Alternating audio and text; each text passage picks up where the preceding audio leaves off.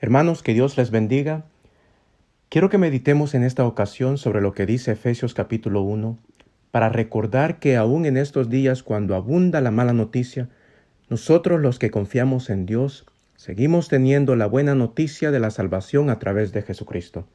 Este pasaje debe de ayudarnos a nosotros a ver más allá de nuestros problemas y de las circunstancias a nuestro alrededor. Voy a leer Efesios 1 del versículo 3 al 14 y después voy a resumir los puntos principales.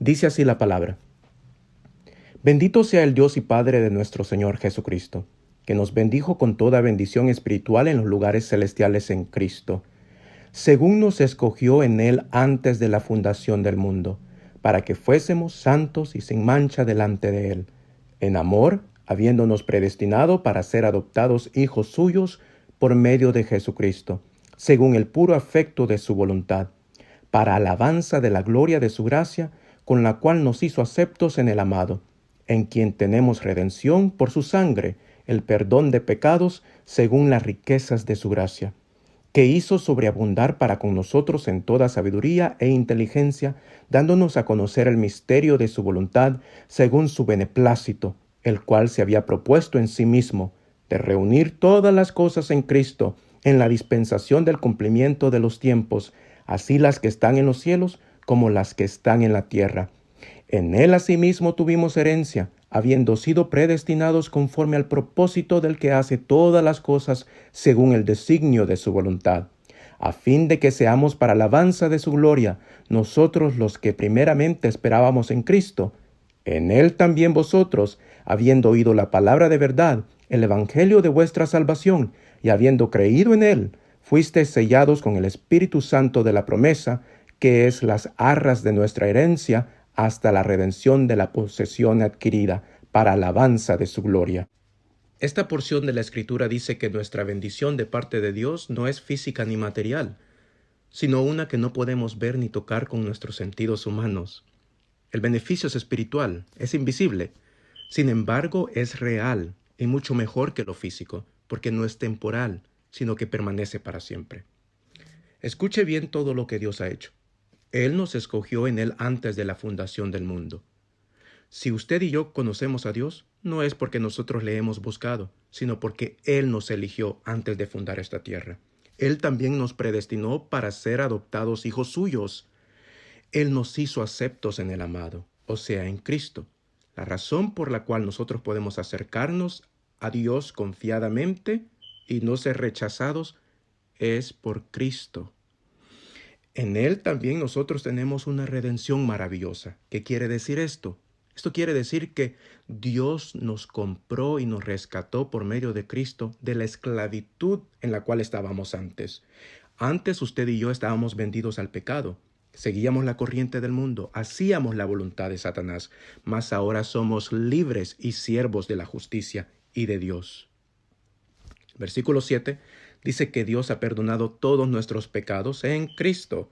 Versículo 8 dice que nos ha dado sabiduría e inteligencia para conocer el misterio de su voluntad. Dios también ha reunido todas las cosas en Cristo. No solamente que nos hizo a través de Cristo, porque Cristo es el alfa, la omega, el principio y el fin, el primero y el último, sino también que fuimos reconciliados en Cristo. Ahora usted y yo ya no somos enemigos de Dios, somos sus hijos. La palabra también dice que nosotros hemos obtenido una herencia, y la seguridad de esa herencia está en su Espíritu Santo que mora ahora dentro de nosotros. El versículo 6, el versículo 12 y el versículo 14 dicen de que la bendición espiritual que nosotros hemos recibido ha sido con el fin de que nosotros seamos alabanza de su gloria. Esto quiere decir que nosotros debemos de reconocer la majestad y la grandeza de nuestro Dios. Al ver a Dios como Él es y lo que Él ha hecho, nosotros debemos de amarle, seguirle, servirle, obedecerle, guardar sus mandamientos. Una de las cosas más maravillosas de este pasaje, hermanos, es que dice de que toda bendición espiritual que nosotros hemos recibido ha sido porque Dios lo quiso hacer así. No hay nada que nosotros hayamos hecho o que podemos hacer para obligar a Dios a bendecirnos. El versículo 5, 7, 9 y 11 dice que todas estas cosas Dios hizo por el puro afecto de su voluntad. Yo sé que en estos momentos es difícil ver claramente lo que la palabra dice que Dios ha hecho con nosotros. Sin embargo, Él nos ha bendecido con toda bendición espiritual, independientemente de las circunstancias presentes. Yo le dije al principio que la bendición de Dios es invisible, pero vendrá un día cuando se hará completamente visible ante nuestros ojos, y eso debe de darnos a nosotros esperanza y fuerza para no desmayar. Así es que mi exhortación en este día, hermano, es que por lo que Dios es y por lo que Él ha hecho y aún hará, sigamos hacia adelante, perseveremos, santifiquémonos para Dios, guardémonos de toda mancha y de toda arruga, y glorifiquemos a Dios en el nombre de Cristo. Que Dios le bendiga.